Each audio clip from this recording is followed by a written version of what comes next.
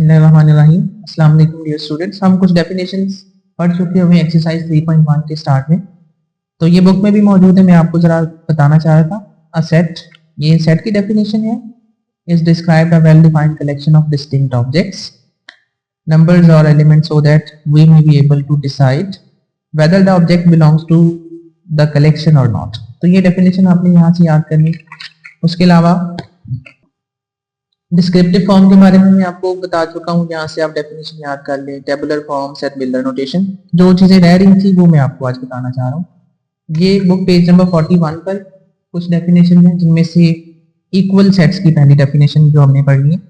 अगर मैं आपसे कहूँ मेरे पास दो सेट्स हैं, एक सेट है सपोज, इसका नाम मैं ये रखता हूँ, इसमें एलिमेंट्स हैं 1 2 3, और एक सेट बी है, ठीक है, इसमें सपोज एलिमेंट्स रख लेते हैं कुछ इस तरह से 2 3 1, ठीक है। अब देखिए पहले सेट में नंबर ऑफ एलिमेंट्स 3 है, दूसरे में भी नंबर ऑफ एलिमेंट्स 3 है, और दोनों में सेम एलिमेंट्स, जैसे इसमें 1 है 2 है 3 है, इसमें भी 1 2 और 3 है, तो ये दोनों सेट्स इक्वल सेट्स हैं, ठीक है। दो सेट्स को हम इक्वल कहेंगे अगर उनमें नंबर ऑफ एलिमेंट सेम है, यानी दोनों सेट्स की कार्डिनैलिटी एक जैसी है, और उसके अलावा जो उनके अंदर एलिमेंट्स मौजूद हैं वो भी सेम, तो फिर उन दोनों सेट्स को इक्वल कहेंगे। Two sets A and B are equal if they have exactly the same elements, ठीक है, और if every element of set A is an element of set B. तो आपने यहाँ तक डेफिनेशन याद कर लेनी कि अगर दो सेट्स में एग्जैक्टली सेम एलिमेंट्स हैं और नंबर ऑफ एलिमेंट्स भी बराबर हैं तो वो दोनों सेट्स इक्वल कहलाते हैं, ठीक है। और यहाँ से हम फिर ये लिख सकते हैं set A is equal to set B. बात समझ आ गई। फिर उसके बाद है इक्विवेलेंट सेट्स। जैसे हमने ये कहा था नंबर ऑफ एलिमेंट्स बराबर होने चाहिए और एलिमेंट्स भी सेम होने चाहिए। अब दूसरी डेफिनेशन आ गई है इक्विवेलेंट सेट्स। हम दो सेट्स को इक्विवेलेंट सेट्स तब कहेंगे जब दोनों में नंबर ऑफ एलिमेंट्स सेम हो, यानी उनमें एलिमेंट्स का सेम होना जरूरी नहीं है, नंबर ऑफ एलिमेंट्स का सेम होना जरूरी है। जैसे यहाँ पर मैं एक सेट अगर कंसीडर करूँ, सपोज सेट ए है जिसमें एलिमेंट है 1 2, और एक और सेट है बी, इसमें एलिमेंट्स हैं ए बी। अब चेक करें, यहाँ पर दो एलिमेंट्स हैं, इसमें भी दो ही एलिमेंट्स हैं, तो नंबर ऑफ एलिमेंट्स सेम है, एलिमेंट्स सेम नहीं है। आई डू रिपीट, इसमें भी दो एलिमेंट्स हैं यानी नंबर ऑफ एलिमेंट्स सेम है, इसमें भी दो एलिमेंट्स हैं, लेकिन इसमें 1 2 है, इसमें ए भी है। 1 और ए डिफरेंट है, 2 और बी डिफरेंट है, एलिमेंट्स डिफरेंट हैं, लेकिन उनकी तादाद एक जैसी है, तो फिर ये दोनों सेट्स क्या कहलाएंगे? इक्विवेलेंट सेट्स कहलाएंगे। Two sets A and B are equivalent if they have the same number of elements. अगर उन दोनों की कार्डिनैलिटी सेम है, दोनों में नंबर ऑफ एलिमेंट सेम है, तो फिर वो इक्विवेलेंट सेट्स कहलाते हैं। और इसको जैसे इक्वल सेट्स के लिए हमने दोनों सेट्स के नामों के दरमियान, ठीक है, इक्वल साइन लगाया था, यहाँ पर हम ये वाला सिंबल यूज करेंगे, तो ये क्या शो करेगा? These two sets are equivalent. बात समझ में आ गई उम्मीद है आप लोगों को। इसके बाद डेफिनेशन है सबसेट की। हम पहले एक एग्जांपल कंसीडर कर लेते हैं। फर्ज करते हैं एक सेट बी है जिसके अंदर मेंबर्स हैं 1 2 3, और एक सेट ए है जिसके अंदर मेंबर्स हैं सपोज 1 और 2, ठीक है।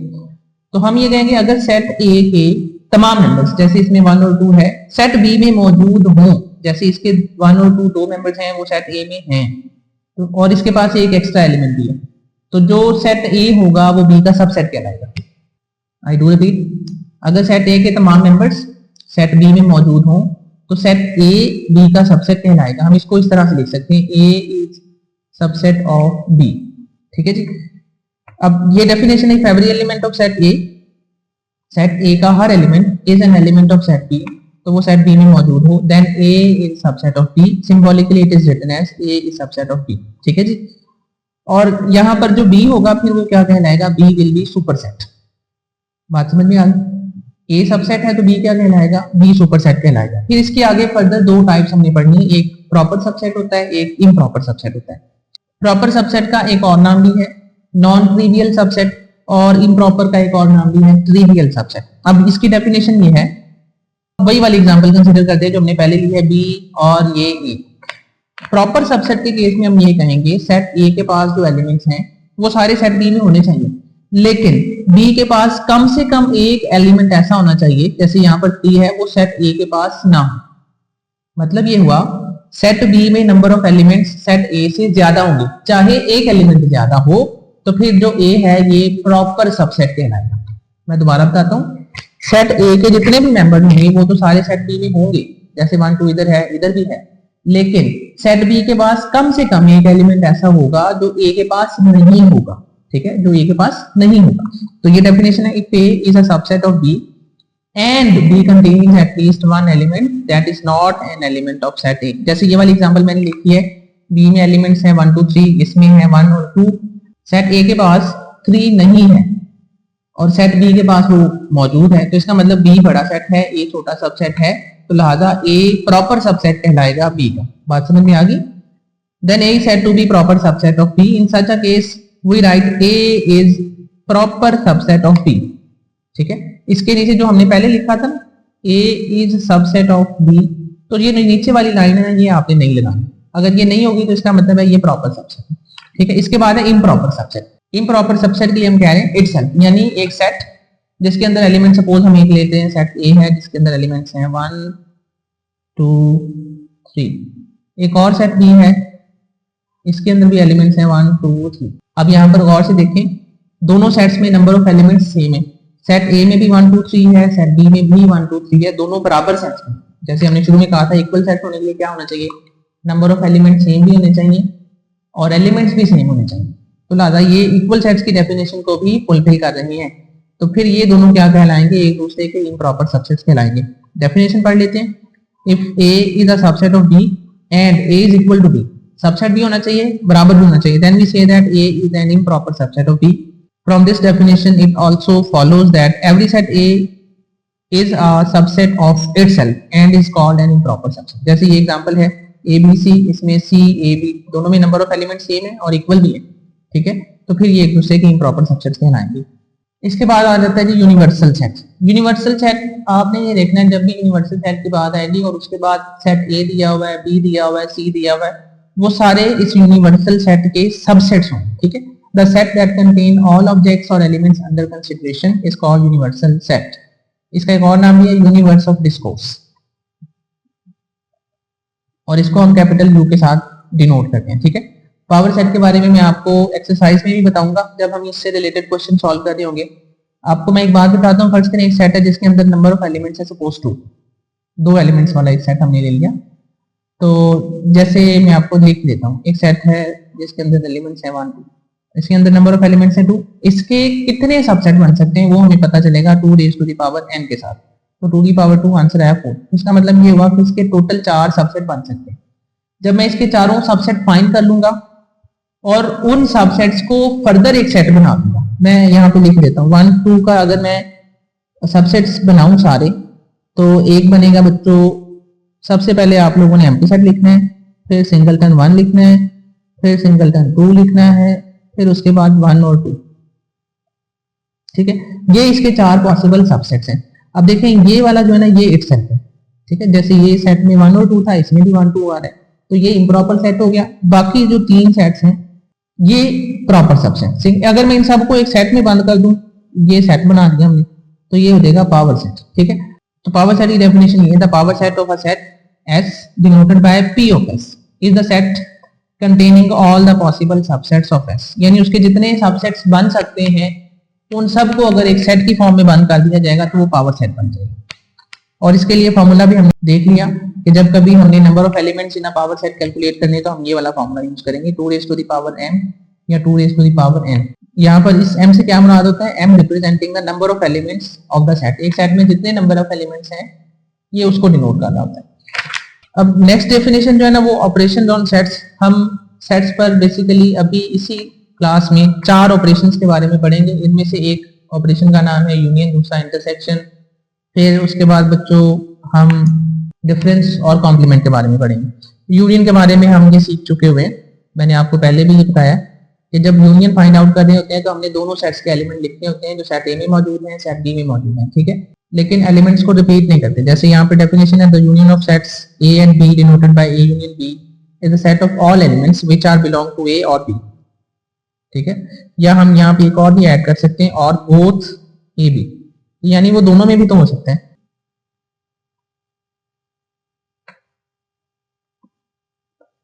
ठीक है, तो ये डेफिनेशन हो जाएगी union of sets. Union of sets में जैसे यहाँ पर एक सेट दिया हुआ है, इसमें 1 2 3 है, इसमें 2 3 4 5 है, तो हमने यहाँ से 1 लिखा, ये 1 आया, फिर 2 लिखा, ये 2 आ गया, फिर 3 दोनों में था तो हमने ये लिख दिया एक बार, फिर 4 इधर था, 5 इधर था, तो ये 4 और 5 के आंसर में आ गया। ठीक है जी, यूनियन में हमने तमाम एलिमेंट्स लिखने हैं जो सेट ए में है, बी में है या दोनों में, ठीक है। तो ये डेफिनेशन भी आप लोगों ने याद करनी है। फिर उसके बाद आ जाए नेक्स्ट, उसके बाद डेफिनेशन है intersection of two sets. Intersection में हमने वो एलिमेंट्स लिखने हैं which are common in both sets. हमें यहाँ पे एक वर्ड आपने याद रखना है, which are common in both sets, जो सेट ए में भी होंगे सेट बी में भी होंगे। The intersection of two sets A and B denoted by A intersection B is the set of all elements that belongs to both A and B, यानी दोनों sets में होने चाहिए, मतलब कॉमन होने चाहिए दोनों में। जैसे एग्जांपल लें, एक एग्जांपल कंसीडर कर लेते हैं हम। फर्ज करें एक सेट है जिसके अंदर एलिमेंट्स हैं ए कॉमा बी कॉमा सी, और एक सेट बी है जिसके अंदर एलिमेंट्स हैं सपोज ए कॉमा डी कॉमा बी। अब देखो ए एक ऐसा एलिमेंट है जो सेट ए में भी है सेट बी में भी है, तो जब मैं इनका इंटरसेक्शन फाइंड करूंगा ए इंटरसेक्शन बी, तो आंसर में आएगा सिंगलटन ए, ठीक है। फिर उसके बाद है डिसजॉइंट सेट्स। डिसजॉइंट सेट्स के बारे में आपने ये याद रखना है जिनमें कुछ कॉमन नहीं होता, ठीक है। पहले सेट के मेंबर्स कुछ और होंगे, दूसरे सेट के मेंबर्स कुछ और होंगे, तो उनको हम बोलते हैं डिसजॉइंट सेट्स। हम एक एग्जांपल लेते हैं, फर्स्ट करें सेट ए के अंदर मेंबर्स हैं 1 2 और सेट बी के अंदर मेंबर्स हैं सपोज 3 4, ठीक है, या ए बी सी रख लें। तो अब देखें इसमें 1 2 है, इसमें 3 4 है, कुछ भी कॉमन नहीं है, तो फिर ये दोनों सेट्स क्या कहलाएंगे? Disjoint sets. तो फिर अगर मैं इन डिसजॉइंट सेट्स का इंटरसेक्शन फाइंड करूंगा तो उसमें कुछ भी कॉमन नहीं आएगा, तो वो एम्प्टी सेट आ जाएगा।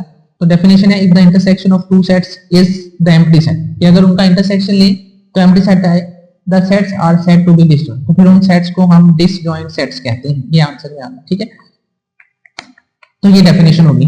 फिर उसके बाद है ओवरलैपिंग सेट्स। ओवरलैपिंग सेट्स ऐसे सेट्स होते हैं जिनमें कुछ कॉमन होता है, चाहे एक एलिमेंट ही कॉमन हो, ठीक है, तो उनको हम क्या बोलते हैं? उनको हम बोलते हैं ओवरलैपिंग सेट्स। अब मैं आपको एक एग्जांपल दूं, सपोज हमारे पास एक सेट है सेट ए जिसके अंदर मेंबर्स हैं 1 2 3, ठीक है। एक सेट है बी जिसके अंदर मेंबर्स हैं सपोज 3 4 5। अब देखो 3 एक ऐसा मेंबर है जो दोनों सेट्स में कॉमन है। वो सेट्स जिनमें कुछ कॉमन हो, चाहे एक एलिमेंट कॉमन हो, 2 हो, 3 हो, 5 हो, तो वो सेट्स क्या कहलाते हैं? वो ओवरलैपिंग सेट्स कहलाते हैं। जब हम इनके लिए वेन डायग्राम बना रहे होते हैं तो हम इनको कुछ इस तरह से ड्रॉ करेंगे। तो जो एलिमेंट कॉमन होगा, जैसे यहाँ पर 3 है, वो यहाँ पे लिखेंगे, बाकी सारे एलिमेंट्स में उनके पूरे कर देंगे। डिसजॉइंट सेट्स में जब हम वेन डायग्राम बना रहे होंगे तो उनमें चूंकि कुछ कॉमन ही होता नहीं, तो फिर उनके लिए हम ये वाली डायग्राम यूज करेंगे, ठीक है। अब उसके बाद है डिफरेंस ऑफ टू सेट्स। ये बड़ी मजे की डेफिनेशन है, difference of two sets A difference B. अगर मैं आपसे कहूं सेट ए के अंदर सपोज एलिमेंट्स हैं 1 2 3 और एक सेट बी ले लेते हैं जिसके अंदर एलिमेंट्स हैं 3 4 5। अब डिफरेंस का मतलब है जो सेट बी है ना, आपने इसके एलिमेंट्स को नहीं लिखना, सिर्फ सेट ए के एलिमेंट्स को लिखना है। ये वाले एलिमेंट्स जो सेट बी में मौजूद होंगे ये डिलीट कर देने, ये निकाल देने, ठीक है। जैसे यहाँ पर 1 है, क्या ये सेट बी के पास है? नहीं है, तो हम इसको आंसर में लिखेंगे A minus B will be equal to 1। फिर लिखा हुआ है 2, क्या ये सेट बी के पास है? यानी हम ये चेक करें क्या इसको हमने निकालना है या नहीं निकालना, तो इसके पास नहीं है तो हम नहीं निकालेंगे। फिर देखें 3 इसके पास है ना, तो ये तो हम वैसे ही निकाल दें, तो फिर इसका मतलब ये नहीं लिखेंगे। तो ये डिफरेंस बी में हमारे पास आंसर आया 1,2। डेफिनेशन भी पढ़ लेते हैं। तो difference between two sets A and B denoted by A difference B consist of all elements that belong to A, जो सेट ए में होते हैं but do not belong to B, लेकिन वो सेट बी में नहीं होने चाहिए। तो हमने सिर्फ सेट ए के मेंबर्स देखने होते हैं 1,2। जैसे इसके बाद तो 4 5 भी था, तो हमने सेट बी का तो लिखना ही नहीं है ना, सिर्फ सेट ए के मेंबर्स देखने होते हैं। तो ये हमने पढ़ लिया डिफरेंस ऑफ टू सेट्स। फिर उसके बाद कॉम्प्लीमेंट ऑफ अ सेट। अब ये बेसिकली क्या है? Complement of a set basically difference है यूनिवर्सल सेट्स। जैसे अगर मैं ए कॉम्प्लीमेंट कहूंगा तो ए कॉम्प्लीमेंट बराबर होगा यू डिफरेंस ए, यानी जिसका भी कॉम्प्लीमेंट फाइंड करना है आपने उस सेट को यूनिवर्सल सेट से माइनस कर देना। The complement of a set A denoted by A prime और ए कॉम्प्लीमेंट, या तो आप ए के ऊपर छोटा सा डैश लगा दें या ए के ऊपर छोटा सा सी लिख दें, तो इन दोनों का एक ही मतलब है A complement. Relative to the universal set U is the set of all elements of U which do not belong to A, यानी आपने क्या फाइंड करना है? आपने U डिफरेंस A फाइंड करना है। इसका मतलब ये है is the set of all elements of U, यानी इसमें सिर्फ U के मेंबर्स आएंगे। और कौन कौन से मेंबर्स आएंगे?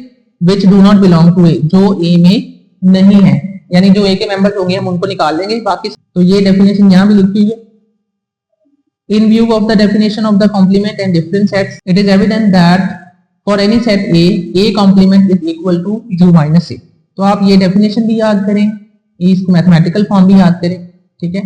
तो उम्मीद है आप लोगों को समझ में आ गया होगा, और अगर आप लोगों को बात मुश्किल लगे तो आप लोग कमेंट सेक्शन में बताइएगा, मैं इंशाल्लाह आप लोगों की हेल्प करूंगा। हम इसी वीडियो के स्टार्ट में ये डिस्कस कर चुके हैं कि एक सेट पर 4 ऑपरेशंस परफॉर्म किए जा सकते हैं। हम यूनियन ले सकते हैं, इंटरसेक्शन ले सकते हैं, डिफरेंस फाइंड कर सकते हैं और कॉम्प्लीमेंट ले सकते हैं। अब देखें क्वेश्चन नंबर 1 ऑफ एक्सरसाइज 3.2, हमें ये कहा गया है कि ये एक यूनिवर्सल सेट है। हमने 3.1 में ये सीखा था कि एक सेट को डिस्क्राइब करने के 3 डिफरेंट वेज हैं, डिस्क्रिप्टिव फॉर्म, टेबुलर फॉर्म और सेट बिल्डर नोटेशन यूज करते हैं। ये क्वेश्चन की सेट बिल्डर नोटेशन बताई हुई है, इसमें यूनिवर्सल सेट बताया हुआ है, ए बताया हुआ है, बी बताया हुआ है, और पार्ट 1 में हमसे ये कहा गया list all the elements of A and be in tabular form. हमने सेट ए और सेट बी के तमाम एलिमेंट्स को टेबुलर फॉर्म में प्रेजेंट करना है। नाम से ज़ाहिर है यूनिवर्सल, जैसे यूनिवर्स यानी ये सबसे बड़ा सेट है, बाकी ए और बी इस यूनिवर्सल सेट के सबसेट्स हैं। तो यूनिवर्सल में हमने कहा था set that contains all elements under consideration. तो हमने पहले यूनिवर्सल सेट, उन्होंने इसमें कहा नहीं हुआ लेकिन लिख लेते हैं। अगर मैं यूनिवर्सल सेट को लिखना चाहूं तो हम लिखेंगे capital U is equal to X such that X is a multiple of 2, multiple of 2 है। तो पहला 2 का मल्टीपल क्या है, 2 मल्टीप्लाइड बाय 1 आंसर आएगा 2। फिर 2 का दूसरा मल्टीपल 2 इंटू 2 आंसर आएगा 4। इसी तरह 6, फिर चलते जाएंगे 8, 10, 12 अप जोन। लेकिन अब साथ में रेंज में ये बताया गया है कि हमने x कंसीडर करना है विच इज ग्रेटर देन 0। तो अब ये पहला नंबर 2 है, ये 0 से ग्रेटर है, तो इसका मतलब ये इंक्लूडेड होगा। और कहां तक रहना हमने, और हमने 30 से छोटे वाले तमाम नंबर्स लेने हैं जो इवन है, और उसके अलावा 30 को भी इंक्लूड करना है। तो अगर मैं यहाँ पर यूनिवर्सल सेट लिखूं तो उसमें पहला मेंबर आया 2, फिर 4, 6, 8, 10, 12, 14, 16, 18, चलते चलते हमने कहां तक जाना है, लास्ट नंबर जो हमारा होगा वो होगा 36, ठीक है। फिर गौर से देखिए, उन्होंने कहा हुआ है x is a multiple of 2। तो मल्टीपल ऑफ 2 का मतलब ये है कि आपने 2 का टेबल पढ़ना है। तो हमने पहला पढ़ा 2, फिर 4, फिर 6, और हमने कहां तक लेके जाना है, 36 तक लेके जाना है। और हमने इसको 36 तक क्यों लेके जाना है, क्योंकि ये रेंज बताई गई है। फिर उसके बाद है a x such that x is a multiple of 6। Multiple of 6 का पहला नंबर क्या आएगा, 6 को हम 1 से मल्टीप्लाई करते हैं तो आंसर आया 6। फिर हम 6 को 2 से मल्टीप्लाई करते हैं तो आंसर आया 12, फिर 18, फिर 24, इसी तरह ये नंबर चलते जाएंगे। 12 के बाद आएगा 18, 18 के बाद आएगा 24, 24 के बाद आएगा 30, 30 के बाद आएगा 36, 36 के बाद आएगा 42, और इसी तरह ये नंबर चलते जाएंगे।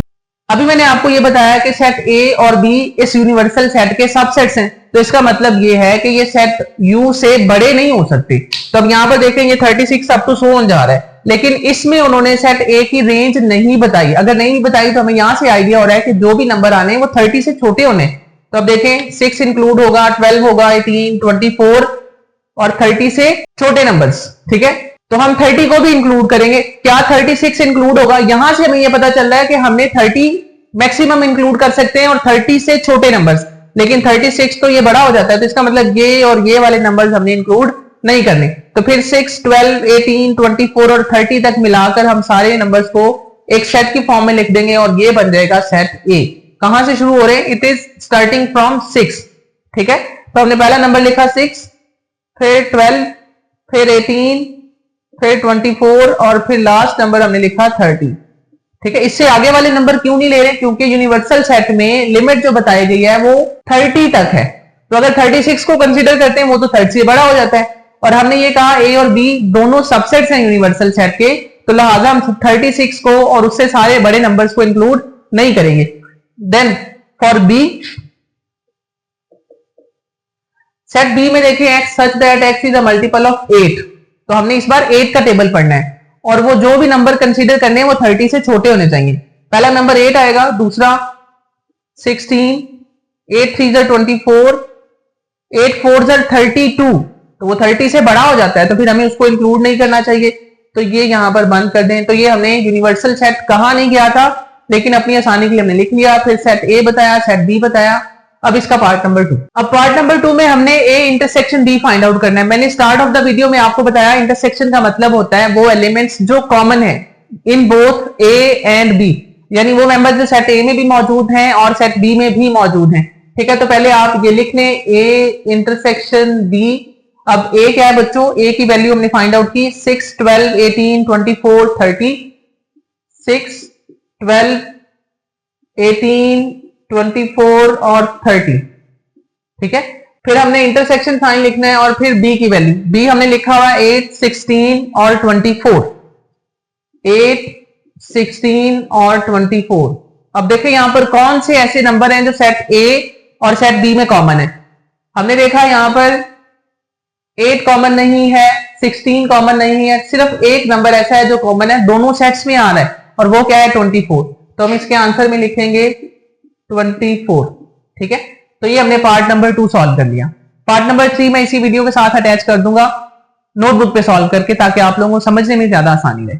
जी बिस्मिल्लाहिर्रहमानिर्रहीम। अब हमने एक्सरसाइज 3.2 क्वेश्चन नंबर 1 का लास्ट पार्ट, जिसमें हमसे ये कहा गया है कि आपने इसको वेन डायग्राम के जरिए प्रेजेंट करना है। तो अब वेन डायग्राम बनाने के लिए आपने याद ये रखना है कि जब भी हमने यूनिवर्सल सेट को प्रेजेंट करना है, जिसको हम यू से डिनोट करते हैं, तो उसके लिए हमने एक रेक्टेंगल ड्रॉ किया। ठीक है, यूनिवर्सल सेट को प्रेजेंट करने के लिए हम रेक्टेंगल बनाया करेंगे, और फिर उसके बाद जब सेट्स की बारी आएगी, जैसे सेट ए है, बी है, सी है, जितने भी सेट्स होंगे, और सेट्स को जो कि बेसिकली सबसेट्स ऑफ यू होंगे, उनको प्रेजेंट करने के लिए हम सर्कल यूज किया करेंगे। ठीक है, तो मैंने यहाँ पर एक रेक्टेंगल ड्रॉ की है, ये बेसिकली यूनिवर्सल सेट को प्रेजेंट कर दिए, और उसके बाद ये जो एक सर्कल लगाया हुआ, ये पहले सेट को, और जो दूसरा सर्कल लगाया हुआ वो दूसरे सेट को प्रेजेंट कर रहा है। हमने स्टार्ट में ये डिस्कस कर लिया था एक्सरसाइज के कि जब सेट्स में कोई मेंबर कॉमन होगा तो वो ओवरलैपिंग सेट्स होते हैं, और ओवरलैपिंग सेट्स को हम कुछ इस तरह से बनाया करेंगे जिनमें कोई एरिया कॉमन हुआ करेगा। अब देखिए सेट ए ये है और ये सेट बी है। ठीक है, अब इस एक्सरसाइज में हमने ये किया था कि x such that x is a multiple of 6। तो मल्टीपल ऑफ 6 पहला 6 था, फिर 12, फिर 18, फिर 24, फिर 30।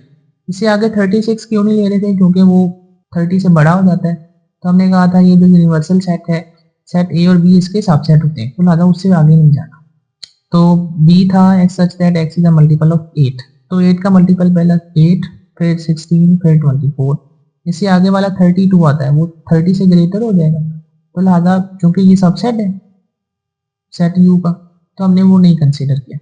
अब देखें जब हमने इनको प्रेजेंट करना है तो 24 एक ऐसा एलिमेंट है जो दोनों सेट्स में कॉमन है, तो लिहाजा हम यहाँ पे 24 लिख देंगे,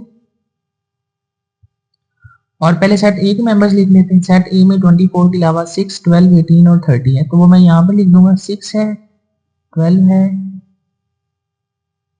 18 भी है और 30। ठीक है, ये सेट ए के मेंबर्स हो गए। सेट बी में चेक करें, 24 के अलावा 8 और 16 है, तो 8 और 16 मैं यहाँ पे लिख दूंगा। तो ये सेट ए के मेंबर्स हो गए, ये सेट बी के मेंबर्स हो गए। अब पूरा यूनिवर्सल सेट है। अब यूनिवर्सल सेट में चेक करें, यूनिवर्सल सेट में 2 से शुरू होकर 30 तक जा रहे हैं, सारे इवन नंबर हैं। तो मैंने पहले यहाँ पे 2 लिख दिया। ठीक है, 2 के बाद यहाँ पर 4 भी है, तो हमने 4 लिखा, फिर 6 है तो वो यहाँ पे लिखा हुआ है, 8 यहाँ पे लिखा हुआ है, 10 नहीं है तो वो 10 हम यहाँ पे लिख देंगे, 12 है, 14 इसमें नहीं है तो 14 मैं यहाँ पे लिख देता हूँ, फिर 16 है, ठीक है, 18 भी है, 20 नहीं है तो हम यहाँ पे लिख देंगे। ठीक है जी, 22 नहीं है तो हम यहाँ पे लिख देंगे। ठीक है, उसके बाद 24 चेक करें, वो इधर है तो हम दोबारा नहीं लिखेंगे, 26 नहीं है तो यहाँ पे लिखेंगे, फिर 28 पूरे सेट में नहीं है तो हम यहाँ पे लिख देंगे, उसके बाद 30 पहले से मौजूद है। तो ये हमने वेन डायग्राम बना ली फॉर क्वेश्चन नंबर 1। उम्मीद है आप लोगों को समझ में आ गई होगी जी। इसके बाद क्वेश्चन नंबर 2, इसके पार्ट 1 में हमें कहा गया list all elements of set G and H. जैसे हमने क्वेश्चन नंबर 1 सॉल्व किया, ये भी उससे मिलता जुलता है। ये सेट जी और एच यूनिवर्सल सेट के सबसेट हैं, तो अगर इनमें लिमिट नहीं भी बताई होती तो हम यूनिवर्सल सेट वाली लिमिट को यूटिलाइज करते। ठीक है, अब पहला हम यूनिवर्सल सेट के मेंबर्स लिखेंगे, u इज इक्वल टू, उन्होंने लिखा हुआ x such that x is an integer and it is in between 0 and 150, जिसमें 0 को इंक्लूड नहीं करना, लेकिन 150 क्योंकि यहाँ पर इक्वल साइन है तो हम 150 को इंक्लूड करेंगे। अब उन्होंने ये कहा हुआ इंटीजर, यानी ये सेट ऑफ इंटीजर से बिलोंग करता है। इंटीजर्स मैंने आपको बताया था प्रीवियस वीडियो में, 0 plus minus 1 plus minus 2 up to so on.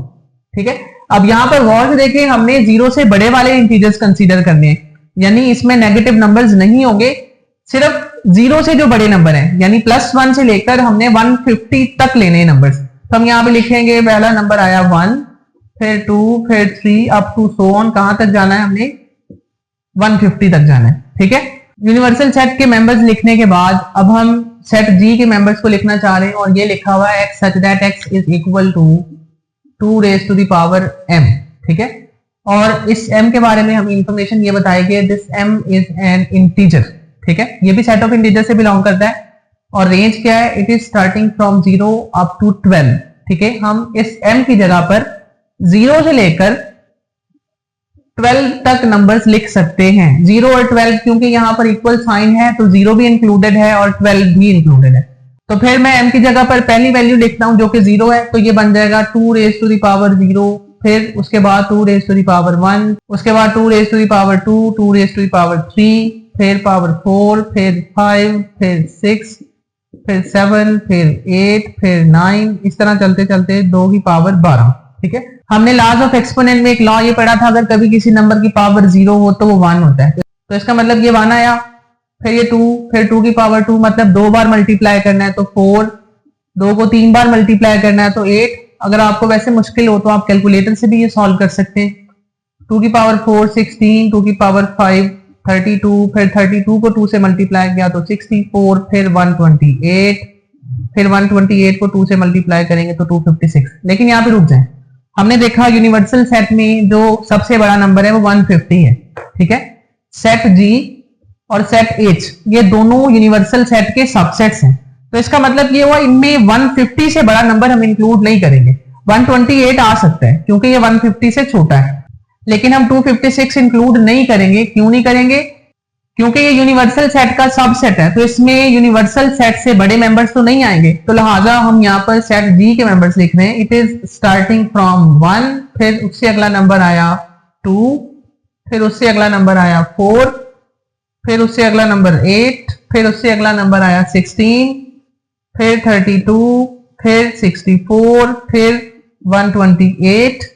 128 के बाद 256 को हम इंक्लूड नहीं कर रहे क्योंकि वो 150 से बड़ा नंबर है। फिर हमने सेट एज के मेंबर्स लिखने हैं। सेट एज के बारे में बताया गया x such that x is a square। ठीक है, स्क्वायर है तो पहले हम 1 का स्क्वायर कंसीडर करेंगे तो वो 1 ही आएगा, फिर हम 2 का स्क्वायर कंसीडर करेंगे, 2 का स्क्वायर यानी 4, फिर हम 3 का स्क्वायर कंसीडर करेंगे 9। अब हमने कितने स्क्वायर लेने हैं क्योंकि उन्होंने कोई बताई नहीं लिमिट, तो मैंने आपको क्वेश्चन नंबर 1 में भी ये समझाया था कि ये दोनों सबसेट हैं यूनिवर्सल सेट के, तो हमने 150 से बड़ा नंबर नहीं लेना, 150 से छोटे जितने परफेक्ट स्क्वायर्स हैं वो सारे इंक्लूड होंगे। ठीक है, फिर 4 का स्क्वायर 16, फिर 5 का स्क्वायर आएगा 25, फिर 6 का स्क्वायर आएगा 36, 7 का स्क्वायर आएगा 49, फिर 8 का स्क्वायर आएगा 64, 9 का स्क्वायर आएगा 81, फिर 10 का स्क्वायर आएगा 100, फिर 11 का स्क्वायर आएगा 121, 12 का स्क्वायर आएगा 144, 13 का स्क्वायर आएगा 169। अब हमने क्या कहा था, हमें 150 से बड़े नंबर नहीं चाहिए, तो फिर ये वाला इंक्लूड नहीं होगा, इससे पीछे वाले तमाम नंबर्स इंक्लूडेड हैं। तो हमने पहला नंबर लिखा 1, फिर 4, फिर 9, फिर 16, 25, फिर 36, फिर 49, फिर 49 के बाद जो अगला परफेक्ट स्क्वायर हमने ढूंढा था वो क्या है बच्चों, 64 है, तो हम 64 को भी ऐड करेंगे इसमें। 64, फिर 81, ठीक है, फिर 100, फिर 121 और उसके बाद है 144। 169 को हमने इसलिए नहीं इंक्लूड किया क्योंकि वो 150 से बड़ा है। तो ये हमने पार्ट 1 सॉल्व किया। अब इसके बाद क्वेश्चन नंबर 2 के पार्ट 2 में हमने यूनियन फाइंड आउट करना है और 3 में हमने इंटरसेक्शन फाइंड करना है। जब हमने यूनियन फाइंड करना है तो हम यहाँ पे लिखेंगे जी यूनियन एच। पहले हमने जी लिखा है तो जी की वैल्यू हमने लिखी हुई है 1 2 4 8, 1 2 4 8, फिर 16 32, 16 32, फिर 64 128, 64 और 128, तो ये हमने जी की वैल्यू लिखी। फिर हमने यहाँ पे लिखा यू, फिर एच की वैल्यू, एच की वैल्यू में हमने लिखना है 1 4 9 9 के बाद आएगा 16, 16 के बाद 25, फिर 36, 49, 49 के बाद अगला नंबर 64, 64 के बाद अगला नंबर आएगा 81, 81 के बाद नेक्स्ट नंबर इज 100, फिर 121 और फिर 144। ठीक है, अब जब हमने दो सेट्स का यूनियन फाइंड करना है तो हमने दोनों सेट्स में मौजूद मेंबर्स को लिखना है, सेट ए के भी तमाम मेंबर, सेट बी के भी। अब यहाँ पर पहला सेट जी है तो हमने जी के सारे मेंबर्स लिखने हैं और सेट एच के सारे मेंबर लिखने हैं। पहला सबसे मेंबर आएगा 1, ठीक है, 1 के बाद 2, 2 के बाद क्या 3 दोनों में से किसी एक में है, नहीं है तो हम नहीं लिखेंगे।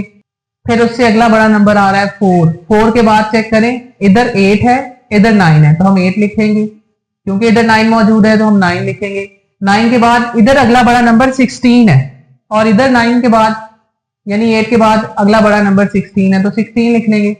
16 के बाद यहाँ पर 32 है, ठीक है, और यहाँ पर 16 के बाद 25 है तो हम 25 लिखेंगे।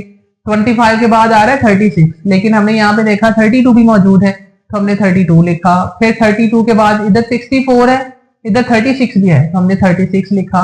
36 के बाद यहाँ 49, 49 के बाद 64 दोनों में कॉमन है तो हम इसको एक बार लिखेंगे। 64 के बाद इधर 128 है और इधर 64 के बाद 81 भी है तो हम ये लिखेंगे। फिर 100 है ये लिखेंगे, 121 है ये लिखेंगे। 121 के बाद यहाँ 144 है, 128 भी है हमारे पास तो हम यहाँ पर 128 लिखेंगे। 128 के बाद 144 लिखेंगे। तो इस तरह ये हमने सेट जी और एच का यूनियन फाइंड किया। यूनियन फाइंड करते हुए हमने दोनों सेट्स के मेंबर्स को लिखना है। फिर हमने इंटरसेक्शन फाइंड करना है तो इंटरसेक्शन में हमने वो मेंबर्स लिखने हैं जो दोनों में कॉमन है। तो पहले हम जी की वैल्यू लिखते हैं, जी इंटरसेक्शन एच बराबर हो गया, जी की वैल्यू है बच्चों 1 2 4 4, फिर उसके बाद 8 16 32 64 128, ठीक है। फिर इंटरसेक्शन और फिर एच की वैल्यू, एच की वैल्यू कहां से शुरू हो रही है 1 से, तो हमने लिखा 1, फिर 4, फिर 9, फिर 16, फिर 25, फिर 36, फिर उसके बाद 49, फिर 64 और 64 से अगला नंबर है 81, 81 के बाद 100, 100 के बाद 121, 121 के बाद 144। इस बार हमने कॉमन नंबर्स ढूंढने, इंटरसेक्शन लेते हुए हमने वो नंबर्स लिखने हैं जो दोनों में कॉमन है, सेट ए में भी मौजूद है और बी में भी। अब देखिए 1 इधर भी है इधर भी है, फिर उसके बाद 4 इधर है इधर भी है, इधर तो सारे परफेक्ट स्क्वायर है। तो आप चेक कर लें क्या इसमें कोई परफेक्ट स्क्वायर है, 1 है 4 है 16 है 64, ये सारे परफेक्ट स्क्वायर है। तो ये इधर भी है क्योंकि ये सेट एच जो है वो सारे ही परफेक्ट स्क्वायर्स वाला है, तो 16 भी है और 64। तो जब हम इनके इंटरसेक्शन का आंसर लिखेंगे तो उसमें आएगा 1, फिर आएगा 4, फिर आएगा 16 और फिर आएगा 64। तो इस तरह हमने इन दोनों सेट्स का इंटरसेक्शन भी फाइंड आउट कर लिया।